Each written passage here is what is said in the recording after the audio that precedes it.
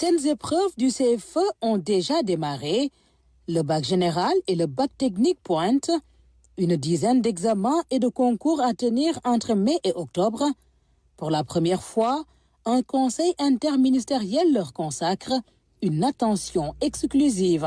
Nous connaissons bien les défis et ils sont colossaux. Quand on parle d'éducation, c'est l'infrastructure, c'est le social, c'est les ressources humaines. Il nous faut travailler à être assez performants sur chacune de ces rubriques. 19 mesures seront édictées par le Premier ministre pour améliorer l'organisation des examens et concours à venir. La question de l'état civil y occupe une place centrale. Monsieur le Premier ministre engage les ministres chargés de la justice et des collectivités territoriales, en collaboration étroite avec les maires et leurs associations, à apporter un traitement intransigeant aux abus sur l'état civil, notamment en identifiant et en sanctionnant les auteurs de contrefaçon dans les mairies et leurs complices externes.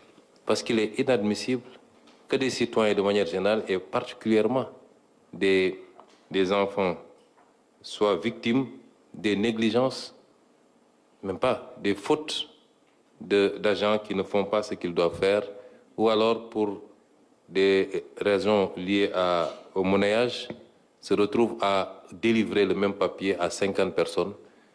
C'est des questions qui ont des solutions très simples. C'est la fermeté dans l'application de la loi. Et c'est pourquoi nous attachons beaucoup de prix à ce qu'on mette fin définitivement à ce phénomène. C'est que près de 70 000 candidats au CFE, 5 800 au BFM sont confrontés aux problèmes d'état civil. Le Premier ministre prend le taureau par les cornes, de même qu'il souhaite relever le défi des programmes à assainir. Il faut aller vers le pragmatisme au sein de l'éducation. Mais je vais mettre en exergue 2 ou 3 éléments. C'est l'introduction de nos langues nationales. Nous considérons qu'une partie de notre retard s'explique par le fait que nous voulons, à bas âge, imposer à nos enfants de s'alphabétiser dans des langues qu'ils ne possèdent pas, que même leur papa et leur maman souvent ne possèdent pas ou ne possèdent qu'imparfaitement. Et ça n'existe qu'en Afrique.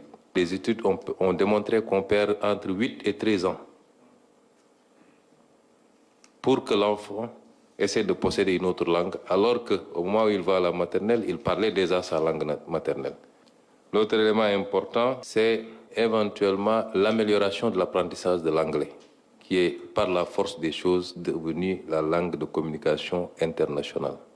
Dans ces directives, le Premier ministre a aussi insisté sur le convoyage et la sécurisation des épreuves, la mobilisation des ressources nécessaires à l'organisation des examens et concours, la prise en charge sanitaire des candidats.